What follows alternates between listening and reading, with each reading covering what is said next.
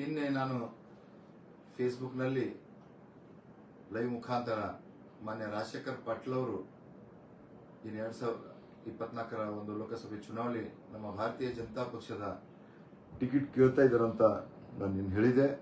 ಅದನುಗುಣವಾಗಿ ಅವರು ಕೂಡ ನಿನ್ನೆ ಸಾಯಂಕಾಲ ಒಂದು ಫೇಸ್ಬುಕ್ ಮುಖಾಂತರ ಒಂದು ಉತ್ತರ ಏನು ಹೇಳಿದಾರ ಅಂತಂದ್ರೆ, ನಾನು ಎಲ್ಲೂ ಕೂಡ ಕೇಳಿಲ್ಲ, ಮತ್ತೆ ಶಾಸಕರ ಹತ್ರ ಏನಾರ ದಾಖಲೆಗಳಿದ್ದಂತಂದ್ರೆ ಬಿಡುಗಡೆ ಮಾಡಂತ. ಮಾನ್ಯ ರಾಜಶೇಖರ್ ಪಾಟೀಲ್ ಅವರೇ, ಈ ಟಿಕೆಟ್ ಕೇಳೋದು ತಾವು ಏನ ಹಿಂದಿನ ಡೋರ್ಲಿಂದ ಹೋಗಿ ಟಿಕೆಟ್ ಕೇಳ್ತಾ ಇದ್ದೀರಿ, ಅದ್ರದ್ದು ಯಾವುದೇ ಪೂರ ಇದು ಸಿಗಲ್ಲ.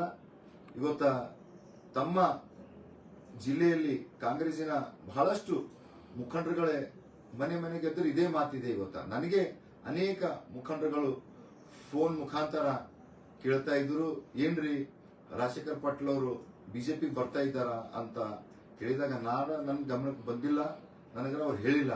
ಆದ್ರೆ ಏನ್ ಅವ್ರ ಮುಖಂಡರುಗಳ ಬಳಿ ಹೋಗಿ ಚರ್ಚೆ ಮಾಡ್ತಾ ಇದ್ದಾರ, ಮತ್ತೆ ಹೀಗ್ಯಾಕೆ ಮಾಡ್ತಾ ಇದ್ದಾರ, ಅವರು ನಮ್ಮ ಕಾಂಗ್ರೆಸ್ ಪಕ್ಷ ಅವರಿಗೆ ಎಷ್ಟೋ ಸರ್ತಿ ಟಿಕೆಟ್ ಕೊಡ್ತು, ಗೆಲ್ಲಿಸ್ತು, ಮಂತ್ರಿ ಮಾಡ್ತು, ಬೋರ್ಡ್ ಚೇರ್ಮನ್ ಮಾಡ್ತು ಕೂಡ, ಇವತ್ತ ಇದು ತಪ್ಪಿದೆ ಅಂತ ಬಹಳಷ್ಟು ಕಾಂಗ್ರೆಸ್ ಮುಖಂಡರುಗಳೇ ಇವತ್ತು ಹೇಳ್ಕೊಂಡು ಬರ್ತಾ ಇದ್ದಾರ. ತಾವು ನೋಡಬಹುದು 2008ರಿಂದ ಯಾವಾಗ ನಮ್ಮ ಭಾರತೀಯ ಜನತಾ ಪಕ್ಷದ ಸರ್ಕಾರ ಇತ್ತು, ಅವಾಗ ಹೋಗ್ಬೇಕು, ನಾನು ಭಾರತೀಯ ಜನತಾ ಪಕ್ಷ ಪಾರ್ಟಿಗೆ ಸೇರ್ತೀನಿ ಅಂತ ಹೇಳಬೇಕು. ಬಹಳಷ್ಟು ಸರ್ತಿ ಇವತ್ತು ತಮ್ಗೆಲ್ಲರಿಗೂ ಗೊತ್ತಿದೆ, 2023 ಚುನಾವಣೆ ಮೊನ್ನೆ MLA ಎಲೆಕ್ಷನ್ದಾಗೂ ಕೂಡ ಇವರು ದಿಲ್ಲಿಗೆ ಹೋಗಿ, ಬೆಂಗಳೂರಿನಲ್ಲಿ ನಮ್ಮ ಮುಖಂಡರುಗಳಿಗೆ ಹೋಗಿ, ಇಲ್ಲ ನಾನು ಭಾರತೀಯ ಜನತಾ ಪಕ್ಷದ ಕ್ಯಾಂಡಿಡೇಟ್ ಆಗ್ತೀನಿ, ನಾನು ಟಿಕೆಟ್ ಕೊಡ್ರಿ ಅಂತ ಕೇಳೋರು.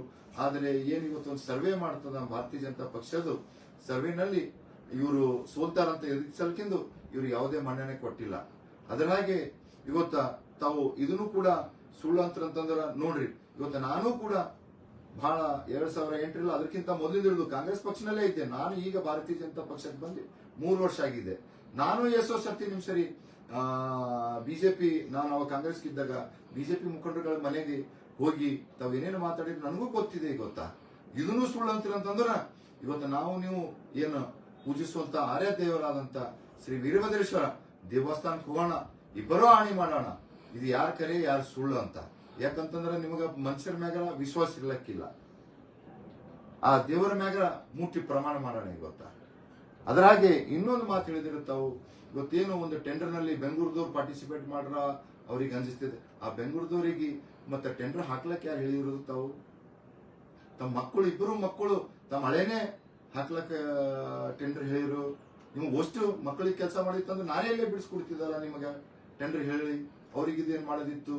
ಇದೇನು ನಿಮ್ಮ 2 ಮಕ್ಕಳದು ನಿಮ್ಮ ಹಳೆಯದು ಅಪ್ಪಂದದ? ಇದು ಯಾರ ಅಪ್ಪಂದು ಇಲ್ಲ. ಇದು ಇವತ್ತೇನು ಸಂವಿಧಾನದಲ್ಲಿ ಯಾರು ಕೂಡ ಇದು ಮಾಡ್ಕೊಂಡು ಹೋಗ್ಬೋದು. ಅವೆಲ್ಲ ಬಿಟ್ಟು ಇಲ್ಲ ಸಲ್ಲದ ಇದು ಮಾಡ್ಕೊಳ್ಳಕ ಬಹಳಷ್ಟು ದಿನ ನಡೆಯಲ್ಲ ಮಾನ್ಯ ಮಾಜಿ ಶಾಸಕರೇ. ಧನ್ಯವಾದ.